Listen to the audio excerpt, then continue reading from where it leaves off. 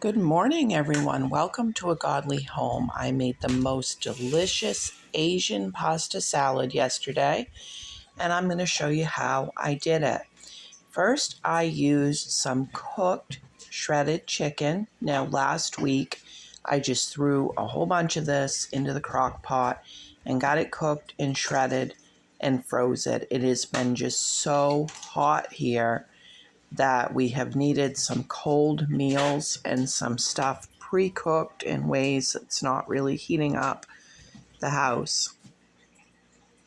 Then I added this can of water chestnuts, and I got the diced because that's what was available to me, but I think the sliced would be better if you can get those. And they added a nice cold crunch to this salad. In they go. So next, the recipe called for some nuts. Now, I think cashews would have been delicious, but I had pecans, so that's what I used. And the recipe called for honey roasted peanuts, which I didn't want the sugar from those.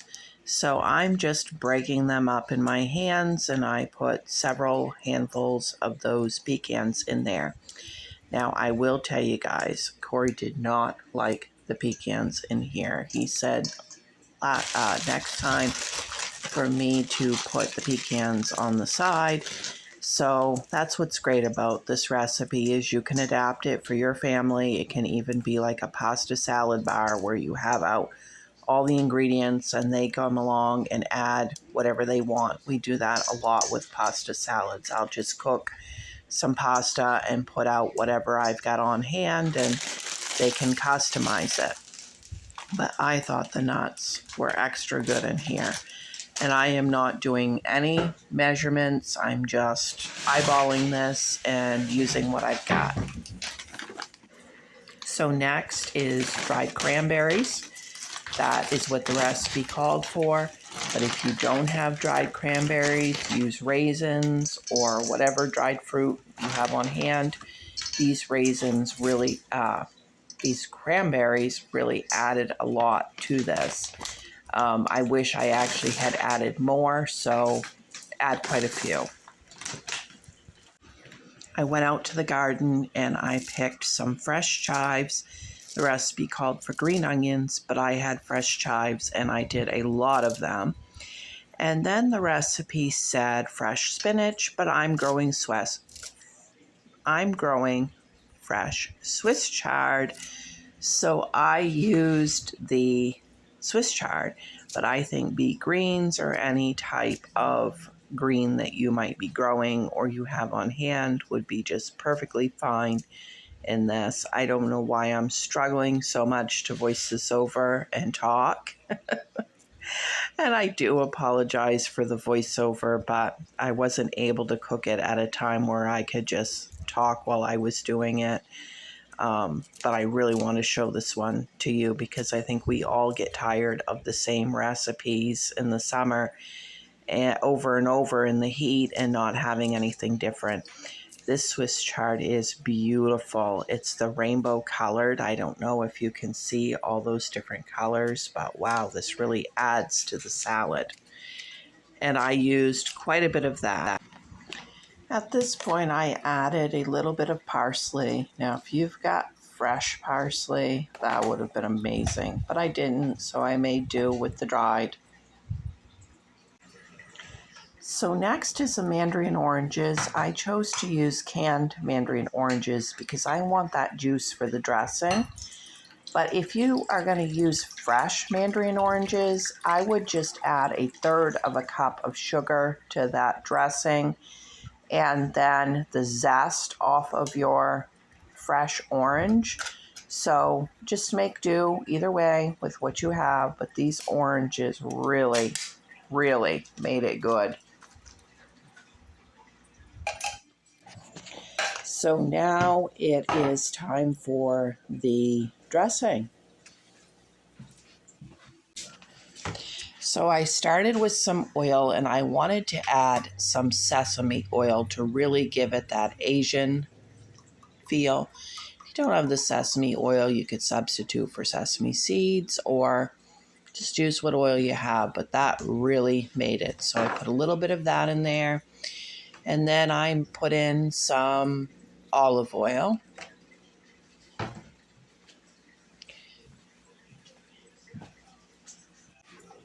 Now I added some vinegar to this, just white vinegar, but use what you got. So I'm using some teriyaki sauce.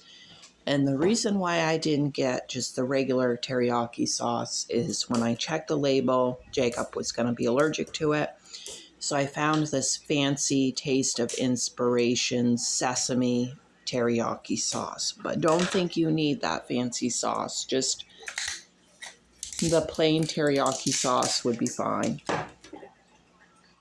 So this sauce actually had sesame seeds in it. So again, if you want to add some sesame seeds, go ahead. Then I added some black pepper and stirred it up. Now, since I have never made this, and the fact that I tweaked the recipe for the dressing, I probably better start by giving this a taste before I use it for supper. Make sure that it tastes the way I want, and I recommend that you do the same if you make this, because even if you get it exact to me, you might want it a little sweeter or a little more whatever, but this tasted amazing. Like, not sweet, just perfect. And I will, at the end of the video, write down roughly what the measurements were on that sauce.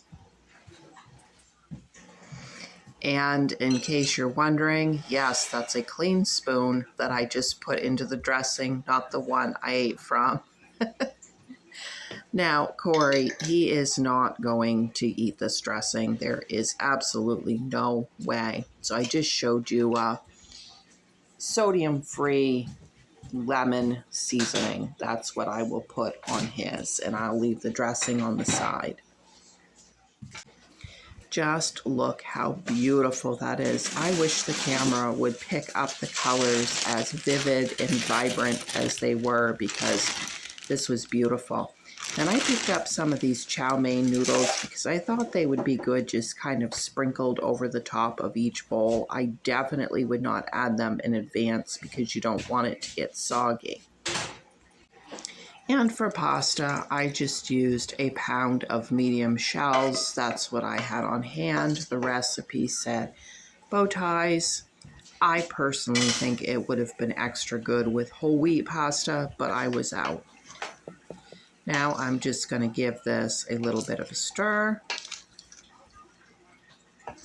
And by the way, this is my biggest mixing bowl. It filled it right up. We had this for actually lunch yesterday.